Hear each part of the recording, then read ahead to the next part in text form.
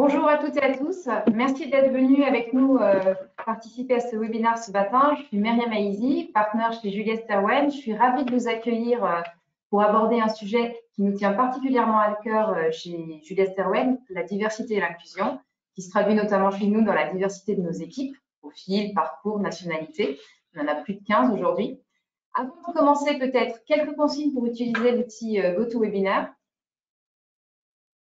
Ah, si tu peux juste, Judith, me mettre sur les consignes. Excuse-moi. Je te remercie. Donc, vous avez la possibilité de poser des questions dans le chat et nous remercions Maxime Lalande, un designer passionné d'innovation et de transformation culturelle qui sera votre porte-parole ce matin et posera en fin de webinaire vos questions à nos témoins du jour.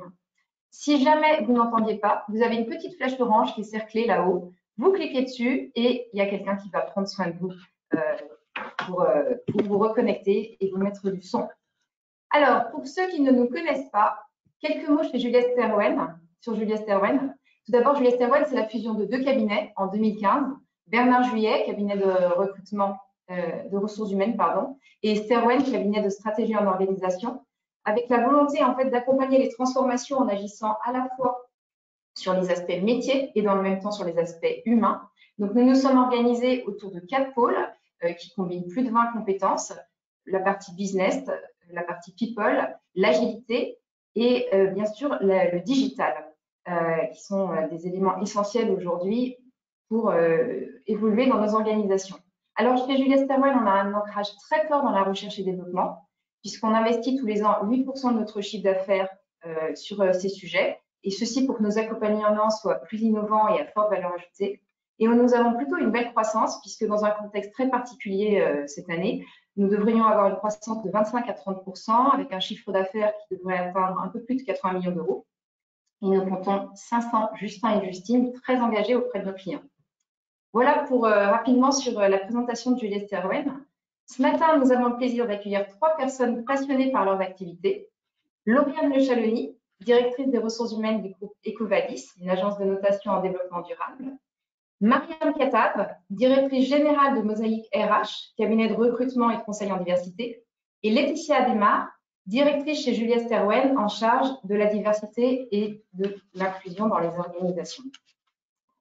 Depuis plusieurs années, beaucoup de choses ont été faites sur ce sujet.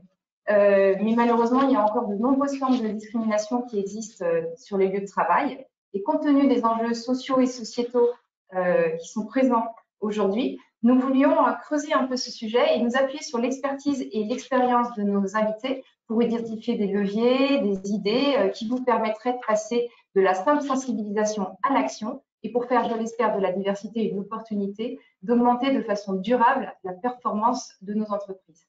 Alors, pour commencer peut-être, Laetitia, est-ce que tu pourrais nous donner une définition de ce que couvre la notion de diversité et d'inclusion pour les organisations pour toi? Merci Myriam. Je viens revenir pour démarrer sur les termes et leur définition. Certains d'entre vous qui participaient à ce webinaire ce matin sont peut-être déjà très experts, d'autres découvrent le sujet. Juste en introduction, je voudrais dire qu'il est important de prendre les variantes de l'utilisation du terme diversité et inclusion en fonction de qui en parle, si on est dans le secteur public, dans le secteur privé, et également la région géographique du siège de l'organisation pour laquelle on travaille. Et aussi de se dire que les problématiques, qu'on parle des États-Unis ou du Royaume-Uni plus près de nous, sont parfois différentes de celles qui sont rencontrées en France. Il faut aussi prendre conscience qu'aujourd'hui, quand on parle de diversité et inclusion, on a une plus grande communication sur ces sujets et parfois un événement sur les réseaux sociaux va pouvoir changer la perspective qu'on a de cet enjeu et aussi des actions coup de poing à l'international dans des événements globaux peuvent changer cela. Alors, si on prend les termes, la diversité aujourd'hui, on peut dire que c'est un fait, c'est la reconnaissance d'une différence de chacun.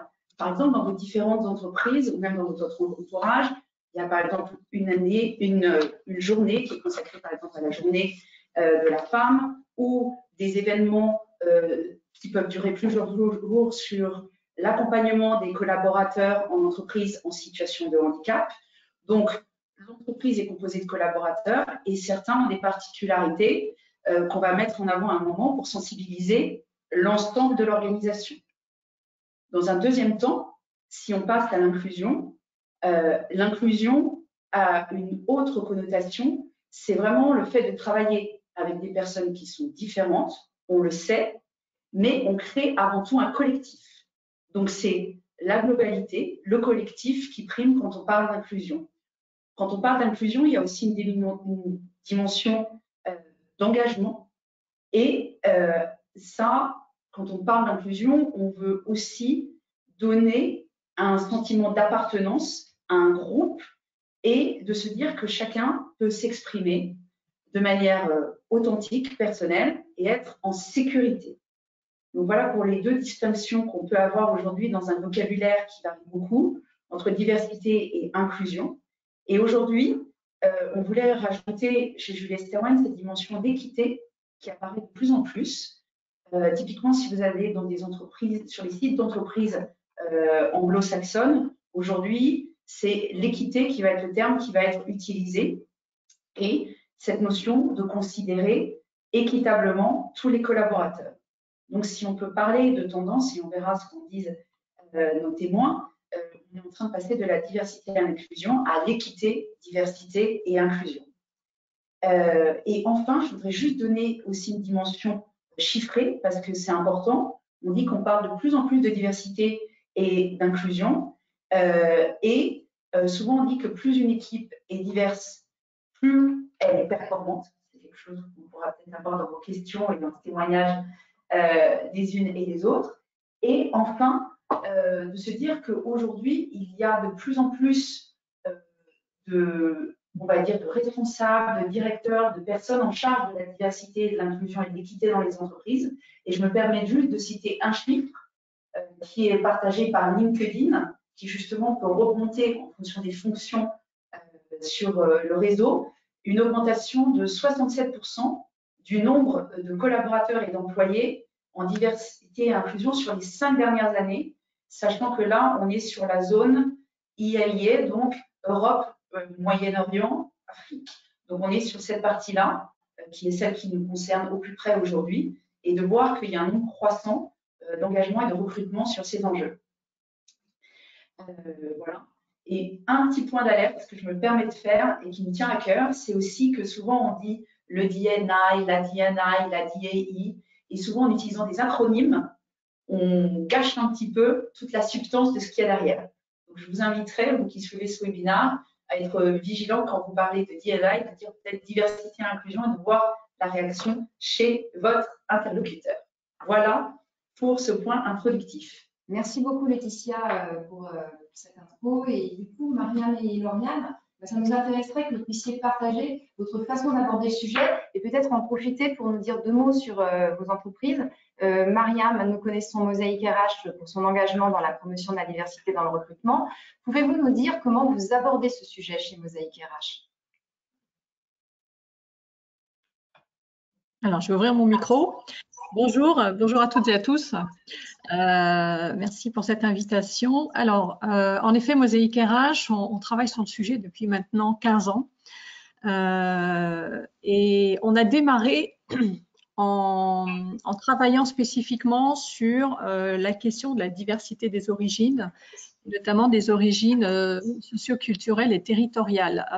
Pourquoi? Parce que nous sommes un cabinet qui a été créé il y a 15 ans sur un constat, c'est que sur certains territoires, notamment les territoires dits défavorisés, donc les banlieues, entre guillemets, si on parle de la région parisienne, dans ces territoires-là, il y avait des jeunes, des populations qui, dans l'accès à l'emploi, étaient en grande difficulté. Pas parce qu'ils n'étaient pas diplômés, mais parce qu'ils pouvaient souffrir de préjugés, de représentations négatives, parce qu'ils n'avaient pas de réseau, parce qu'ils pouvaient s'auto-censurer.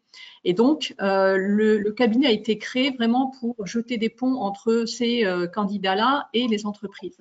Et donc, nous, on a vraiment voulu, dès le début, lutter contre ces inégalités qu'on percevait de manière très criante et rétablir, vous avez utilisé le mot tout à l'heure, une certaine équité dans l'accès au marché de l'emploi. Donc, on a démarré le travail sur les sujets diversité et inclusion comme ça, en fait, en se disant, c'est pas normal, c'est un gâchis pour notre société d'avoir des viviers de candidats qui sont complètement inexplorés. Et en plus, nous sommes spécialisés sur les profils plutôt diplômés, Bac+5, pour vraiment mettre un coup de projecteur sur cette France qui fait l'école de la République, qui obtient des diplômes et qui, malgré ça, n'arrive pas à être identifiée par les entreprises, par les recruteurs. Donc, diversité inclusion, au début, pour nous, ça voulait vraiment dire au début d'établir une égalité de traitement dans l'accès à l'emploi, une certaine équité. Voilà, c'est comme ça qu'on l'a pris. Aujourd'hui, le cabinet s'est diversifié puisque nous sommes aujourd'hui un cabinet qui faisons du recrutement, mais aussi du conseil de la formation à la diversité et l'inclusion. Nous avons aussi élargi l'action de Mosaïque RH en région pour pouvoir travailler cette question de l'équité dans l'accès au marché du travail partout en France. Et puis, nous faisons, pour terminer la présentation de Mosaïque, aussi du coaching et de l'accompagnement de candidats, parce que quand on parle inégalité, on parle aussi inégalité d'accès à l'information. On parle aussi autocensure, parfois manque de confiance en soi parce que la société ou les sociétés nous renvoient une image d'un profil type qui ne ressemble pas à certaines parties de la population et donc ils n'arrivent pas à se projeter, et ça peut mener à un manque de confiance en soi et une dévalorisation de son propre parcours. Donc on a aussi développé des activités de coaching, d'accompagnement, d'empowerment de candidats qui permettent en fait d'être fier de ces différences, d'être fier de son parcours, même s'il peut être perçu comme différent, voire atypique. On en parlera tout à l'heure. Merci beaucoup, Mariam. Alors, et vous, Lauriane, comment ça se traduit dans votre univers et dans vos fonctions d'aborder la diversité et l'inclusion chez EcoVadis? Alors déjà, bonjour à toutes et à tous. Ravie d'être là aujourd'hui. Quelques mots sur EcoVadis pour que vous compreniez un petit peu notre environnement. EcoVadis, nous sommes une agence de notation en développement durable. Donc, nous évaluons aujourd'hui plus de 100 000 entreprises dans le monde sur leur impact social, sociétal et environnemental. Donc, forcément, nous avons des collaborateurs qui sont passionnés par avoir un impact, bien sûr positif, par accompagner les entreprises pour avoir une amélioration de leurs pratiques au quotidien. Et donc, nous sommes une société à mission donc, depuis cette année 2022, en juin, et licorne française aussi. Mais ce qui est le plus important, en fait, c'est vraiment ce qui caractérise nos collaborateurs. Toutes les personnes qui nous rejoignent ont cette passion, ont cet engagement, déjà à titre personnel. Donc forcément, quand vous avez des collaborateurs qui au quotidien déjà vont évaluer les autres entreprises pour les faire améliorer, vous pouvez imaginer à quel point ils vont vous challenger au quotidien en interne pour qu'en fait on ait les meilleures pratiques, qu'on fasse tout de la meilleure manière, parce que comme ils voient les pratiques de partout, on ne pourrait pas comprendre déjà qu'on ne le fasse pas. Donc ce qui est très positif, c'est qu'on est challengé de l'intérieur au jour le jour. Ça, c'est le premier élément. Donc, comment ça se caractérise? C'est déjà, il y a 2 ans, on a commencé à se dire, OK, pour pouvoir améliorer la diversité et l'inclusion, c'est important qu'on sache déjà d'où on part. Et donc, on en reparlera sans doute tout à l'heure, mais sur le côté mesure, on ne peut pas, sans savoir d'où on démarre, mesurer. Donc, nous, on a commencé déjà ce travail-là avec une enquête. Et donc, je reparlerai peut-être tout à l'heure, mais par rapport à cette enquête, on a pu comprendre quelles sont les diversités qu'on a et quel est surtout le sentiment de nos collaborateurs par rapport à la diversité. Parce qu'on pouvait avoir, nous, le sentiment, bah super, on a 77 nationalités dans le groupe, sur 1500 collaborateurs, on est présent dans 20 pays, mais comme le disait très bien Laetitia en introduction, finalement, la diversité, elle est différente selon d'où on part. Dans un pays, la diversité, ce sera sans doute pas la même que dans un autre pays, donc ce que l'on attend.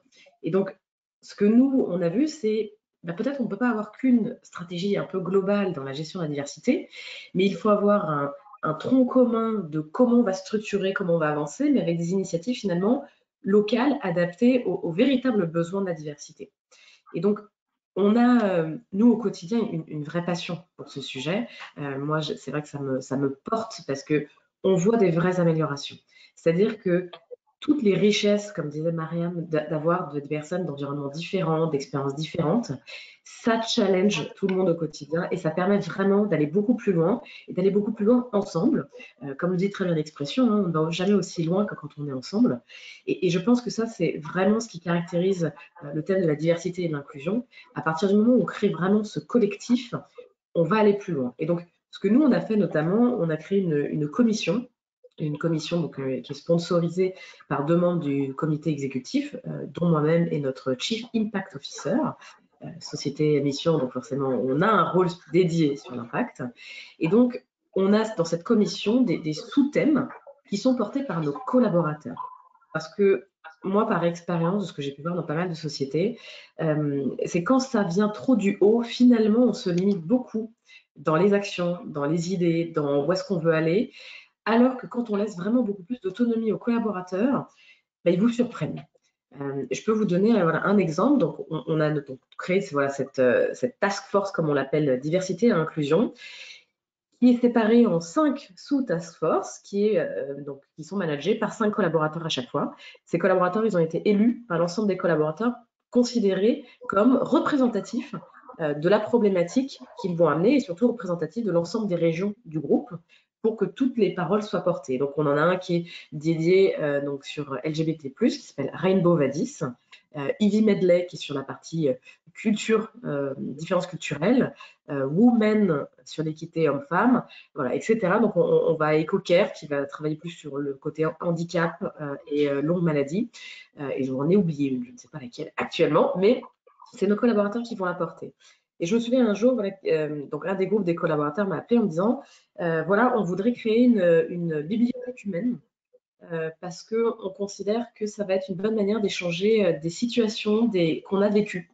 Et donc, ils ont fait un appel à tous les collaborateurs dans le groupe qui veut partager son histoire, ses difficultés d'inclusion, des choses qu'ils ont traversées, des problématiques qu'ils peuvent avoir personnellement. Par exemple, une personne homosexuelle qui a adopté un enfant, comment ça se passe dans cette situation, dans le pays, etc. Et donc, on a eu énormément de choses différentes, d'activisme, etc. Donc, ça peut regrouper l'ensemble. Et donc, cette bibliothèque, entre guillemets, elle est humaine. Elle est disponible à tous nos collaborateurs à tout moment. Vous pouvez réécouter. Et donc, ça, c'est une idée qui, très honnêtement, n'aurait jamais été mise en place si elle avait été créée par le top management, parce que les collaborateurs auraient peut-être eu peur de s'exprimer, etc. Et quand ça vient d'eux, je pense que ça fait déjà une différence hors norme. Et tous ces témoignages ont un impact véritablement transformateur pour nos collaborateurs. Donc, c'est intéressant, Lauriane, parce que vous faites directement le lien avec le titre de ce webinaire où on passe l'idée, c'était de chercher à comprendre comment passer de la sensibilisation à l'action, puisqu'on le voit, la sensibilisation, ça ne suffit pas. Du coup, peut-être, Mariam, qu'est-ce que ça veut dire pour vous concrètement de passer de cette sensibilisation à l'action dans ce que vous avez pu mener avec Mosaïque RH? Alors, passer de la sensibilisation à l'action, c'est vrai que l'étape de sensibilisation, elle est très importante. Hein. On va dire, c'est le premier niveau. Et pour pouvoir changer les pratiques, il faut déjà prendre conscience. Donc, conscientiser déjà les collaborateurs sur la diversité, l'inclusion, l'impact des discriminations conscientes ou inconscientes. Donc, il y a un travail sur les mentalités, hein, parce que c'est clair que les biais inconscients nous font parfois faire des choses, et nous en avons tous, hein, des biais, nous avons tous des stéréotypes, et donc on sait bien que ça peut biaiser nos comportements, et qu'une entreprise qui veut devenir inclusive, très important déjà de donner du sens à sa démarche de diversité et inclusion. Et pour donner du sens, il faut commencer par conscientiser. Maintenant, ce n'est pas suffisant, hein, parce que pour changer les pratiques, il faut en effet que les gens se mettent en action, hein, alors comprennent pourquoi il faut le faire, via la sensibilisation, mais ensuite se mettre à l'action. Et nous, ce qu'on a pu observer, c'est que cette étape-là, elle n'était pas simple. Elle n'était pas simple parce que ça demande vraiment un vrai pilotage de la mise en action, donc des plans d'action avec, si possible, des objectifs Parce que c'est pareil, quand on dit on est OK, on est conscient, OK, c'est important de travailler sur la diversité, sur la diversité, sur l'inclusion, ça apporte de la performance, etc. Mais si on veut redescendre ça au niveau de l'ensemble des collaborateurs pour que la démarche soit vraiment portée à tous les niveaux, Lauriane le disait tout à l'heure, quand c'est pris en main par l'ensemble des collaborateurs, y compris par la base et pas que impulsé par le top, c'est là où ça fonctionne réellement. Et donc, la mise en action, elle doit passer, c'est ce qu'on observe nous, par la définition de plan d'action, par le pilotage de la démarche via des indicateurs assez précis, toutes les thématiques de la diversité, parce que c'est vrai qu'on en parlera tout à l'heure, mais le sujet de la mesure, c'est un gros sujet. Pour savoir où on va, il faut savoir d'où on part. Donc, la mise en place d'abord d'une phase d'état des lieux pour permettre ensuite à l'entreprise de mettre en place des plans d'action qui soient adaptés à chaque entreprise, à chaque secteur d'activité, à la culture même de l'entreprise, c'est extrêmement important. Parce que moi, j'ai vu pendant des années, en effet, des entreprises se lancer dans les démarches, les démarches de diversité et inclusion en mettant en place des actions, mais sans inscrire ces actions dans le cadre d'un projet cohérent où on sait pourquoi on met en place telle action pour répondre à tel déséquilibre, avec tel objectif, etc. Vraiment, c'est fondamental pour garantir la durabilité aussi de ces politiques, hein, puisque le grand problème de ces politiques, c'est que le sujet diversité et inclusion a tendance à retomber quand on est en période de crise, quand il n'y a plus d'argent ou quand voilà, il y a un contexte économique, politique, social compliqué.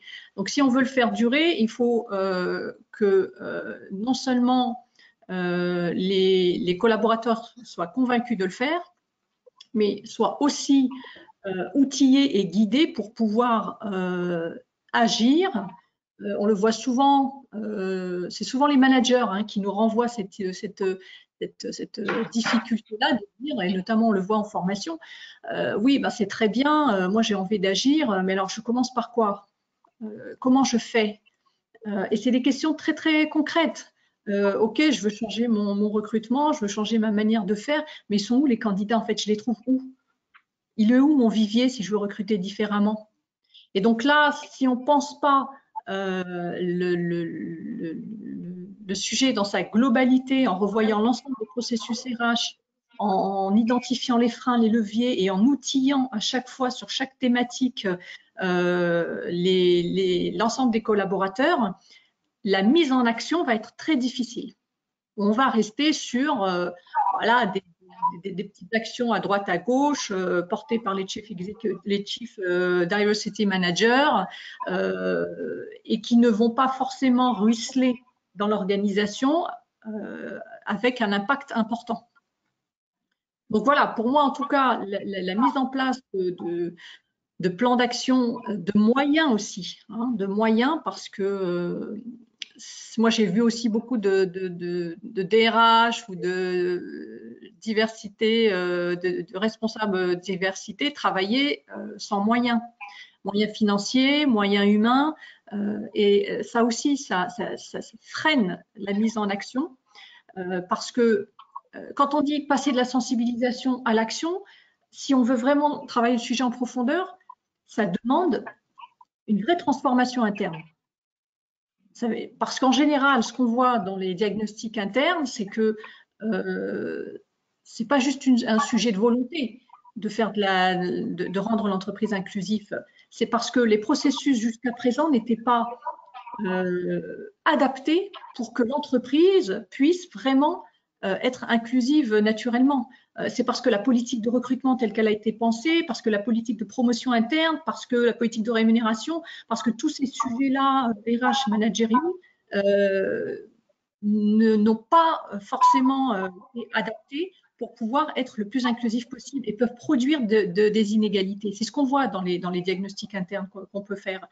Donc, ça veut dire que si on veut vraiment passer à l'action, vous voyez bien le travail que ça nécessite. Ça nécessite de revoir de fond en comble l'ensemble de ces processus. Alors, parfois juste pour les améliorer, pour identifier les leviers qui existent déjà et sur lesquels il faut appuyer davantage pour pouvoir vraiment être plus impactant. Et parfois, il faut carrément les modifier, arrêter certaines pratiques pour pouvoir être inclusif. Et donc, ça demande un travail de fond qui doit être accompagné, bien sûr porté par la direction générale, parce que je pense qu'on ne peut pas mener des politiques de diversité et inclusion impactantes si la direction générale ne pose pas au moins le cadre. Bien sûr qu'il faut laisser les collaborateurs travailler aussi en autonomie, mais si la démarche n'est pas portée et encadrée, ça devient compliqué, notamment pour avoir les moyens d'avancer et avoir le temps d'avancer, parce que ce sont des démarches quand même de long terme. Hein. On ne transforme pas une organisation, et vous êtes bien placé pour le savoir, en 6 mois. Sur ces questions-là, on doit toucher aux mentalités, aux pratiques, et toucher à l'organisation elle-même et à ses processus. Donc, c'est un travail qui prend du temps. Peut-être en rebond, Lauriane, sur ce que vient de dire Mariam, sur la partie notamment prise en main par les collaborateurs, outillage pour agir, ou vous, en tant que directrice DRH vis-à-vis de votre direction, qu'est-ce que vous aimeriez ajouter sur l'importance de passer à la sensibilisation, à l'action pour vous? Moi, je ne suis pas totalement d'accord sur le budget. Parce que je suis d'accord avec à peu près tout ce qui a été dit par Mariam sur le fait que ça ne peut pas être que dans des actions qui sont faites par les collaborateurs, qu'il faut aussi une structure plus large de l'organisation. Par contre, ça ne nécessite pas forcément un budget, parce que moi, ce que je vois, c'est beaucoup de sociétés, quand elles m'en parlent, elles font « ouais, mais en fait, j'ai pas de budget, je pourrais pas faire ». Mais c'est pas vrai. Il n'y a pas besoin de commencer par avoir du budget. Le budget, d'abord, mesurer d'où on part. C'est ce qu'on disait, donc avoir des enquêtes internes, de commencer à regarder nos statistiques, ce qu'on peut avoir comme statistiques, ce qu'on ne peut pas avoir comme statistiques. Il y a la possibilité de faire aussi des enquêtes anonymes si on souhaite avoir les statistiques sans identifier personne et que les gens osent parler, parce que selon la culture de votre société, tout le monde ne va pas aussi oser partager leur diversité. Et donc, déjà commencer par ce point-là. Une fois qu'on a un peu l'état des lieux, comme le disait très bien Mariam, il faut avoir, c'est quoi nos objectifs? Qu'est-ce qu'on veut obtenir? Quelles sont nos priorités? Parce que selon les sociétés, on ne va peut-être pas avoir les mêmes objectifs de diversité ou d'avoir des projets qu'on va plutôt pousser en premier et on travaillera sur les autres. Par exemple, nous, chez EcoVadis, quand on a fait en 2020 l'étude auprès des collaborateurs, ce qu'il était sorti, donc on avait déjà plutôt une note plutôt bonne en inclusion et diversité, d'après nos collaborateurs, mais ce qui était le moins d'après eux poussé par l'entreprise, c'était le support LGBT+. Donc on s'est dit, alors qu'initialement, c'était peut-être pas celui sur lequel on pensait aller, parce qu'on a tellement de cultures différentes, on aurait pensé plutôt travailler sur l'interculturalité, mais c'est ce qui est ressorti de nos collaborateurs qui souhaitaient qu'on ait plus d'action là-dessus. Donc on a un peu listé, nous, les différents sujets de diversité dans l'entreprise, et pour chacun, on s'est donné des objectifs plus ou moins ambitieux en fonction de ce qu'on pensait être capable de faire. Et donc déjà, ça, c'est ce qui nous a drivé pour la suite. Ensuite, on a séparé en deux les différents sujets. Il y a toute une partie, c'est nos collaborateurs qui font partie de ces réseaux, comme j'en parlais tout à l'heure, qui poussent leurs actions, qui se font leur agenda, qui présentent une fois par mois la stratégie, les objectifs qui étaient à atteindre, où ils en sont, est-ce qu'ils ont des difficultés, est-ce qu'ils ont besoin de moyens supplémentaires. Et donc, on a une vraie conversation tous les mois pour suivre ça, mais le reste, ils le lancent tout seuls, disons. Et il y a une autre partie qui est plutôt la structure dans l'entreprise, comme le disait très bien Mariam, qui est de travailler à revoir les processus RH, les processus de recrutement. Et donc nous, ce qu'on a fait là, c'est déjà on s'est associé à des associations spécialisées dans l'inclusion. Et donc, il n'y a pas besoin d'un budget particulier pour faire ça, parce que eux, ça leur permet aussi de pouvoir repositionner des personnes qu'ils accompagnent dans des transitions de carrière, dans voilà, des lieux où il y a d'autres compétences, etc. Et c'est des personnes qui n'ont pas forcément accès à ces emplois. Et donc, nous, on a plutôt travaillé avec eux. Déjà, on a formé l'ensemble de nos recruteurs au management des biais dans le recrutement. Ensuite, on a travaillé en profondeur à identifier dans notre processus de recrutement quelles sont toutes les étapes qui, en fait, ne contribuent pas à une vraie diversité et une vraie inclusion tout au long. Et ensuite, on a différencié, OK, bah maintenant, qu'est-ce qu'il faudrait qu'on mette en place pour que ça fonctionne? Et jusqu'à présent, tout ça dont je parle n'a nécessité d'une certaine manière aucun budget, mais beaucoup de temps et beaucoup d'envie. Et donc, pour moi, ce qui est peut-être prioritaire si on veut passer juste de la sensibilisation à l'action en tant que telle, c'est déjà de libérer le temps et de donner cette responsabilité aux équipes pour que le travail soit fait. Parce que tant qu'on leur disait pas, non, mais en fait, ça, vous devez travailler là-dessus, ben, ils leur poussaient tout le temps parce que forcément, ils ont des objectifs de recrutement, ils ont des objectifs que leur processus soit fait. Et voilà. Par contre, après, on s'est dit maintenant, on voit qu'en effet, il y a différents viviers qu'on voudrait pouvoir accéder, mais ces viviers, ben, ils ne sont pas gratuits. Là, par contre, c'est différent. Maintenant, on a les outils, les processus en interne pour que ça fonctionne. On a des actions au quotidien faites par nos collaborateurs. Maintenant, ce qu'il nous faut, c'est accéder beaucoup plus à ces viviers pour finalement qu'ils rentrent dans ces processus qui sont maintenant faits pour tout le monde. Et donc là, on a dû faire des partenariats, et donc là, ça nécessite un budget, en effet, mais on n'est pas obligé de commencer par tout le total d'un coup. On peut faire déjà une première étape, voir comment ça fonctionne, etc. Et donc, moi, ce que je recommande vraiment là-dedans, c'est déjà de se poser, identifier ses priorités, et ensuite commencer à mettre des actions étape par étape.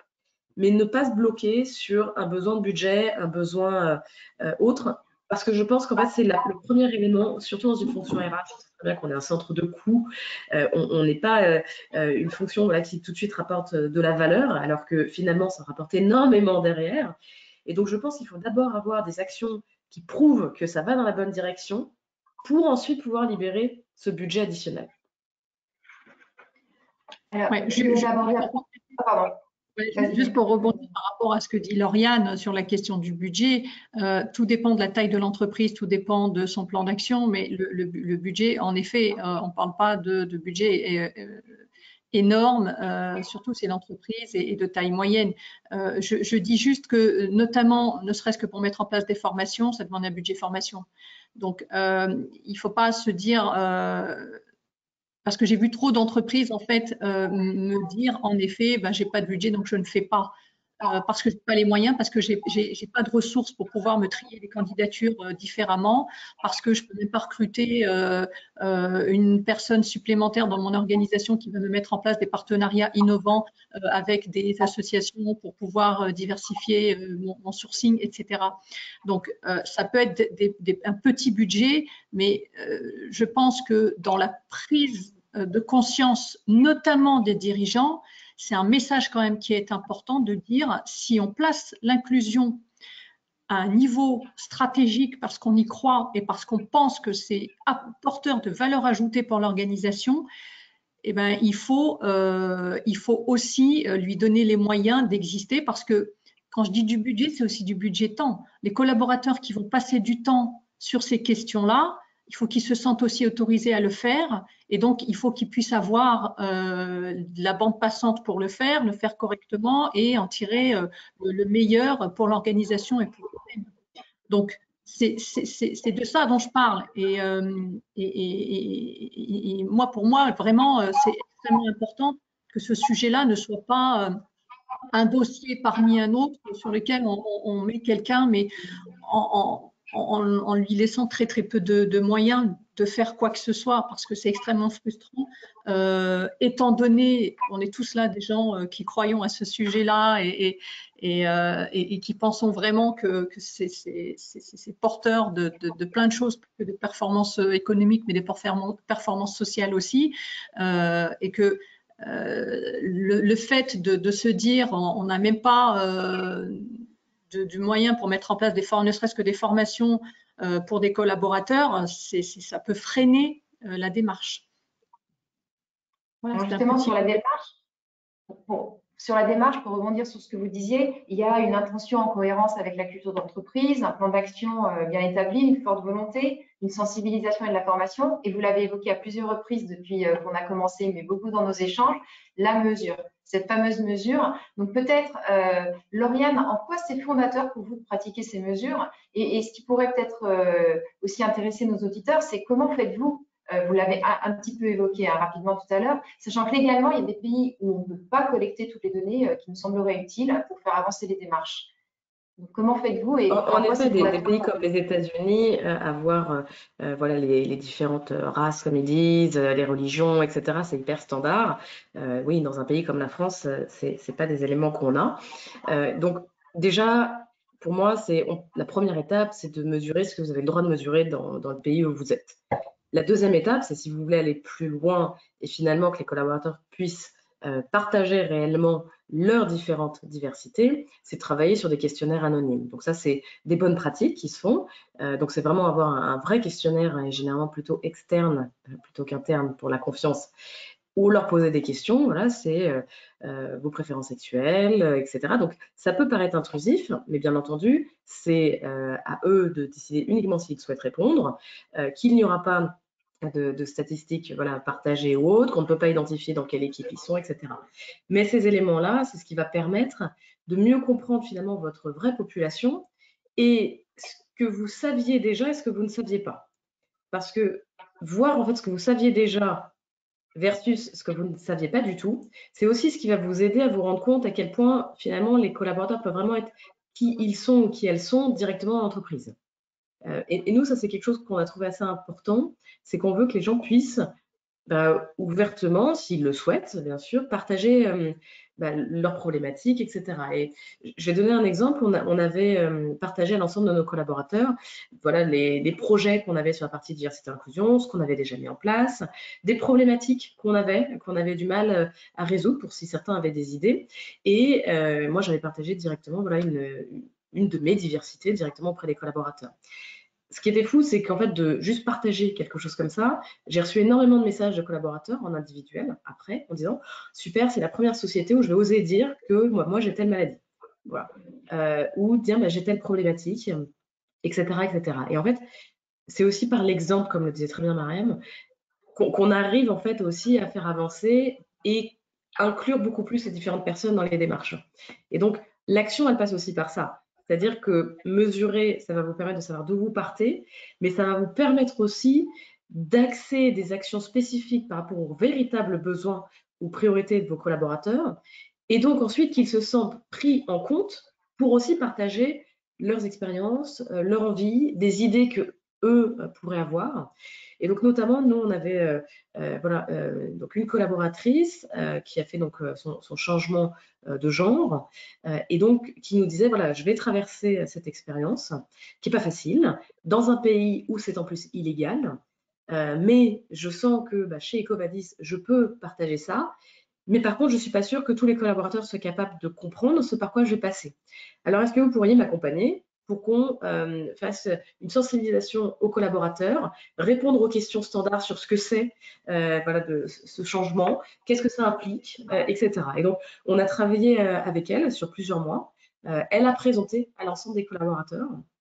Et je me souviens d'être allée la voir, donc c'était en Pologne, d'avoir été la voir donc, au milieu de tous les collaborateurs. Donc, c'est une développeuse informatique, donc dans un milieu très masculin en plus, donc dans un pays où en plus c'est illégal. Et en plein milieu du site où il y avait donc tous nos jeunes développeurs, elle est arrivée ce jour-là avec du rouge à lèvres. Tous nos collaborateurs sont allés la voir pour lui dire à quel point elle était belle, qu'ils la trouvaient rayonnante, etc. Ben ça, c'est un tout petit exemple. On parle d'un cas individuel, mais en fait, des mois de travail avec cette personne qui a voulu, parce qu'elle l'a senti possible, de partager sa propre expérience, qui n'a pas eu peur finalement de s'ouvrir à l'ensemble en se disant oui, bien sûr, il y a des gens qui ne vont pas comprendre, mais partageons cette sensibilité, partageons les problématiques que moi je traverse pour avoir une ouverture. Et je pense quelque chose qui fait vraiment la différence chez EcoVadis, c'est qu'on dit en fait, on accepte tout le monde. Quand je dis tout le monde, c'est qu'on accepte que vous soyez homophobe et que vous puissiez l'exprimer dans le respect. En fait, c'est vraiment ça pour nous la grande différenciation. C'est peu importe votre opinion, vous devez être capable de respecter l'autre, vous devez être capable d'écouter l'avis d'un côté comme de l'autre. Parce que finalement, c'est totalement en lien avec ce que fait EcoVadis. Hein. On évalue les entreprises pas du tout pour juger l'impact de ces sociétés, mais pour qu'ils comprennent où ils se situent et qu'est-ce qu'ils peuvent faire pour s'améliorer et avoir un impact plus positif. Finalement, en interne, c'est exactement la même chose. Et on veut que les gens puissent s'exprimer pour partager leur compréhension des choses et donc que d'autres personnes puissent partager d'autres visions là-dessus. Et ce que l'on voit, en fait, c'est notamment sur certains pays voilà, qui vont avoir une religion très fermée, notamment LGBT+, de savoir qu'on peut avoir la conversation ouverte, on ne leur impose rien. Par contre, vous avez le droit de vous exprimer quand vous n'êtes pas aligné avec des choses qu'on fait. Ça permet d'avoir un débat sain et aussi d'avancer dans l'action. Et donc finalement, parfois, ce n'est pas projet, des objectifs si larges qui permettent d'avancer, c'est aussi des petites choses au quotidien, une information, une culture. Et je pense que pour le coup, chez nous, c'est quasiment ce qui fait beaucoup plus la différence que finalement toutes les autres actions qu'on peut mettre. Ce aspect de l'unicité est vraiment très inspirant, Lauriane, merci. Du coup, Mariam, dans vos actions de conseil, quand vous vous tournez vers les entreprises, est-ce que vous auriez un exemple de mesures et pour savoir en fait ce qu'ils ont fait et ce que ça leur a apporté concrètement? Oui, alors en effet, c'est vrai que sur cette question de la mesure, en fait, nous, on a été confrontés au sujet suivant, c'est que, alors nous sommes un peu historiquement spécialisés sur la question de l'origine ethnoculturelle. Hein, on est assez connus pour ça et depuis des années, on rencontrait beaucoup d'entreprises avec lesquelles on travaillait sur ces sujets et qui nous disaient mais moi je sais pas trop, je sais plus comment avancer sur le sujet parce que je manque d'indicateurs, je sais pas comment mesurer et puis en plus en France c'est interdit. On leur disait mais non, vous savez c'est pas interdit, il y a des moyens de le faire à partir du moment où on respecte certaines règles, on peut le faire.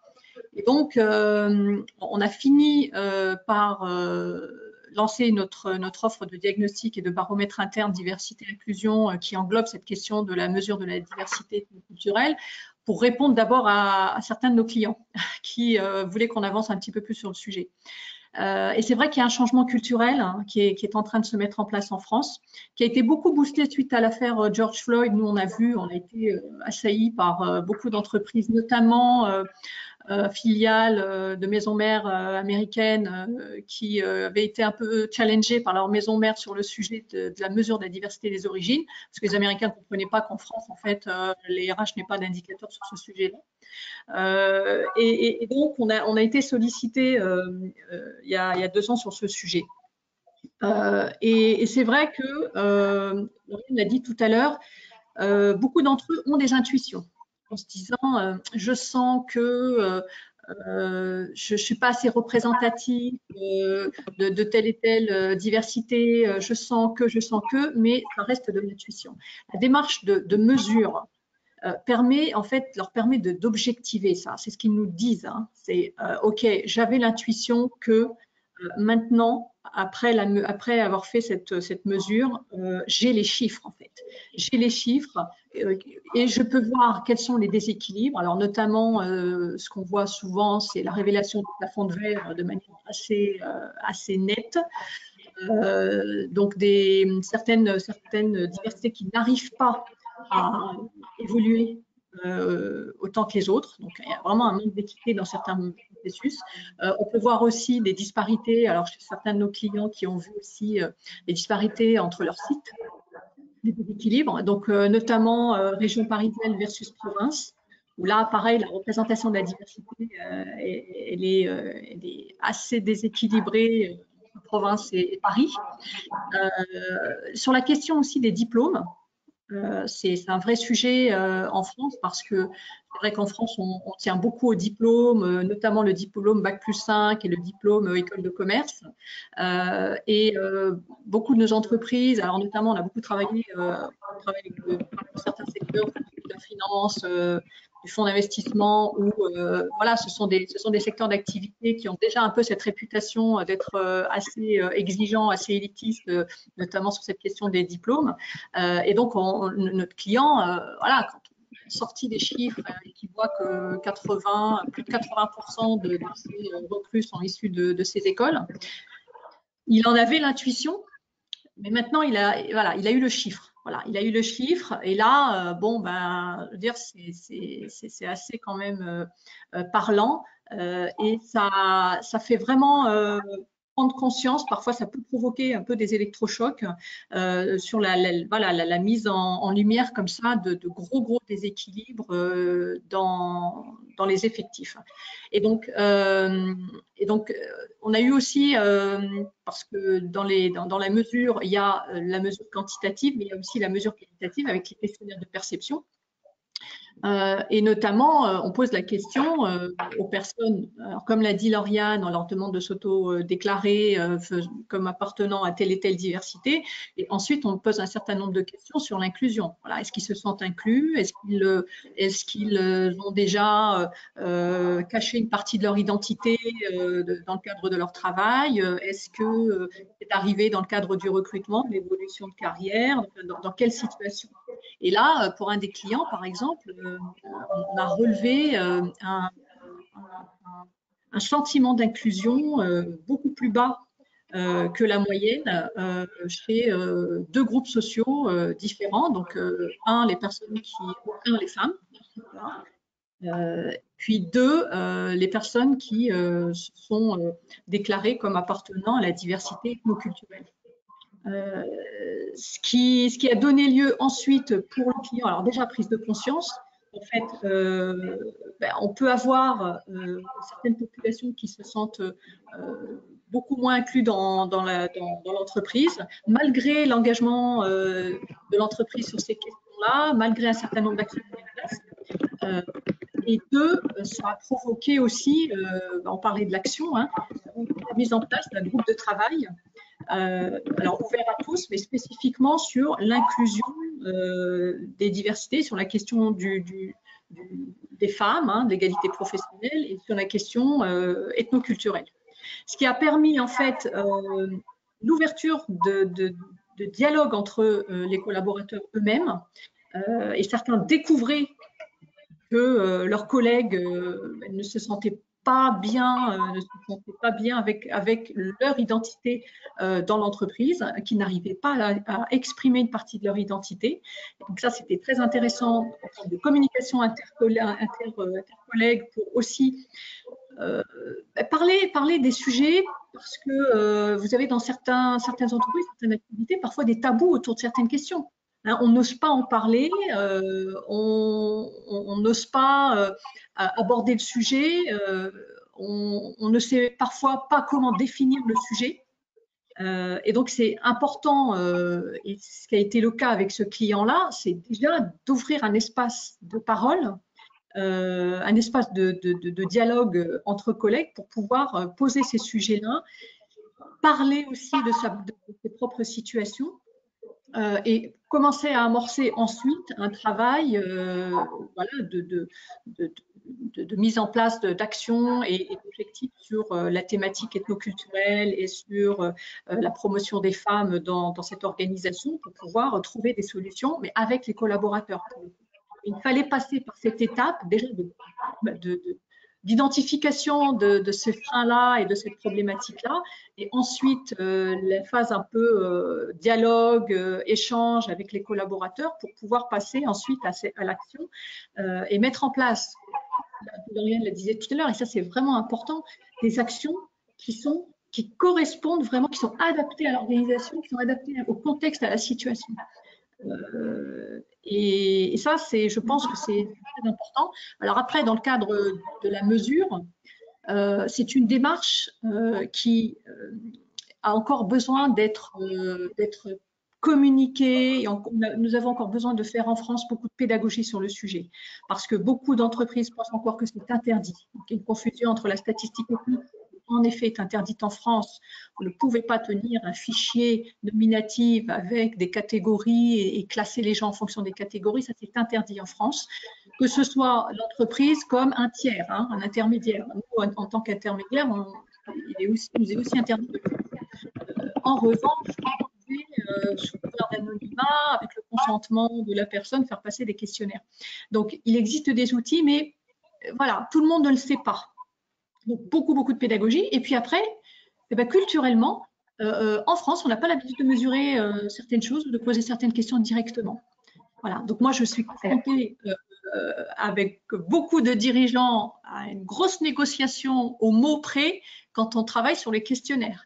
Ah non, on ne veut pas ce mot-là, ah ben non, moi je ne veux pas aborder la question du genre, de l'identité de genre, impossible chez moi. Voilà, donc c'est aussi une démarche de négociation. Alors on ne peut pas y aller en frontal sur ces questions-là, c'est très important.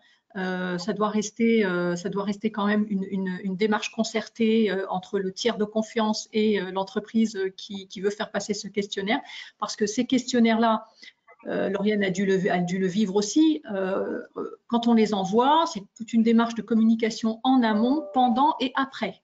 Voilà, parce que quand vous envoyez un questionnaire, vous demandez à la personne quelle est son orientation sexuelle.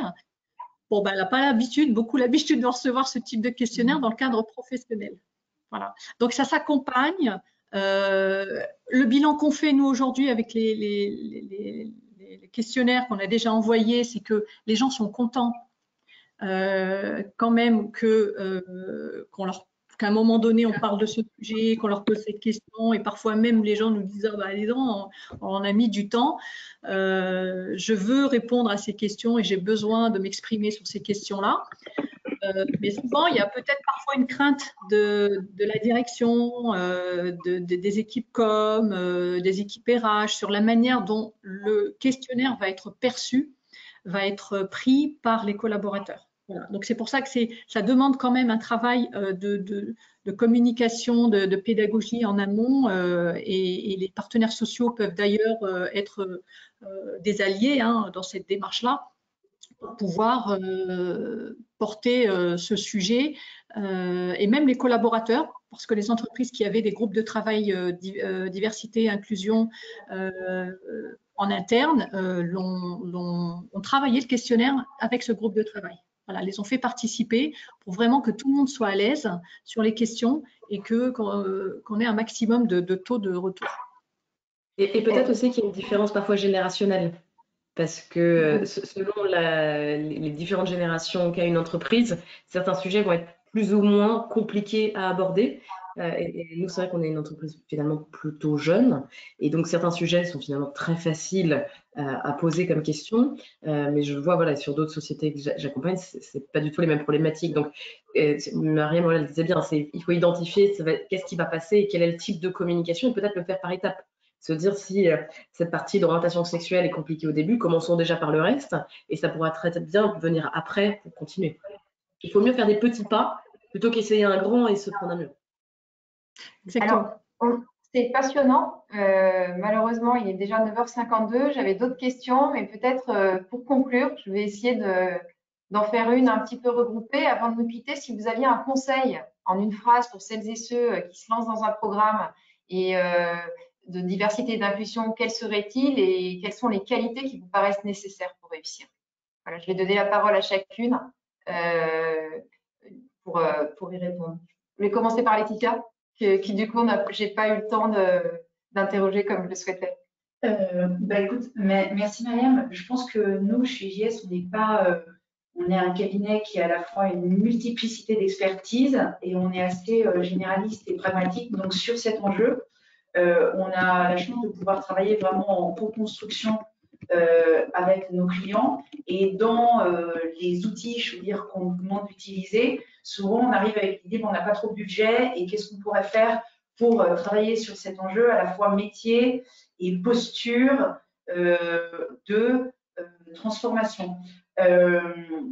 Donc nous, on a eu la chance de réaliser pour une grande banque d'investissement un hackathon diversité et inclusion sur 3 continents à distance, en partant vraiment des volontés, des candidatures des participants, et avec un jury. Donc je pense que pour que ça marche, on a aussi eu un jury, c'était le numéro 2 de la banque qui était en charge de décider et d'animer des directeurs de toutes les pratiques et de toutes les régions pour qu'il y ait une universalité du sujet choisi. Et ce qui a été sélectionné, évidemment avec un pitch très particulier de chacune des équipes, c'était d'accompagner les handicaps invisibles, et notamment les troubles 10, que souvent même dans des questionnaires, les anonymes, les collaborateurs n'osent pas dire parce qu'ils trouvent que ça touche pas nécessairement leur personnalité, mais potentiellement leur capacité. Donc, ce sont des collaborateurs qui restent cachés et qui vont investir beaucoup plus de temps pour pouvoir s'adapter. Et donc, ce qu'on a constaté, je dirais d'un point de vue quanti, c'est que la prise de conscience des hautes instances de décision, que ça touchait 10% des collaborateurs qui ne le savaient pas. Donc, ce qui était invisible était aussi, ce qu'on ne pouvait pas voir était invisible depuis la tête de l'entreprise et que potentiellement, en termes de chiffres, ça touchait 10 000 personnes pour cette banque. Donc là, il y a des dimensions qui sont vraiment très fortes pour avoir un impact.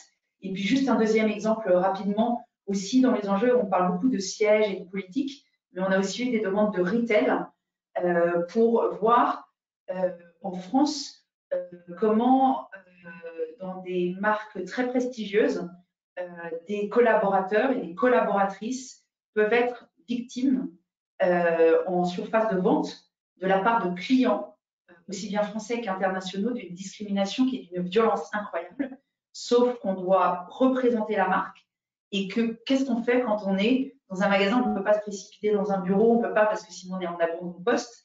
Et aujourd'hui, avec des témoignages de racisme sur la couleur de la peau, mais également de discrimination sur de la grossophobie, sur l'apparence physique. Et là, l'accompagnement se fait sur mesure parce que la première dimension, c'est de se dire comment je peux avoir un endroit sûr de parole pour pouvoir exprimer cela. Et la prise de conscience, quand une personne dit cela, de combien d'autres vont dire « Ah ben oui, mais maintenant, ah ben oui, cette petite chose, en fait, maintenant, j'ai le droit de dire que je ne suis pas d'accord avec vous et même si vous êtes mon client ou ma cliente, eh ben écoutez, je refuse. » Donc, il y a aussi une forme ça d'accompagnement collectif qui peut se faire dans les entreprises. Merci beaucoup, Laetitia. Je dis aux auditeurs, vous pourriez envoyer vos questions et on les transmettra à Lauriane et Mariam si vous le souhaitez. Et juste pour finir, Lauriane et Mariam, en une phrase, quels conseils donneriez-vous à nos auditeurs pour réussir un programme de diversité et d'inclusion ou se lancer en tout cas dans un programme? Pour commencer, moi, je dirais mesurer, fixez-vous des objectifs et embarquez vos collaborateurs. Pour moi, c'est vraiment les 3 étapes si vous voulez que ça fonctionne. Et d'un point de vue un peu qu'est-ce qu'il vous faut pour réussir, je pense qu'il vous faut surtout de l'envie.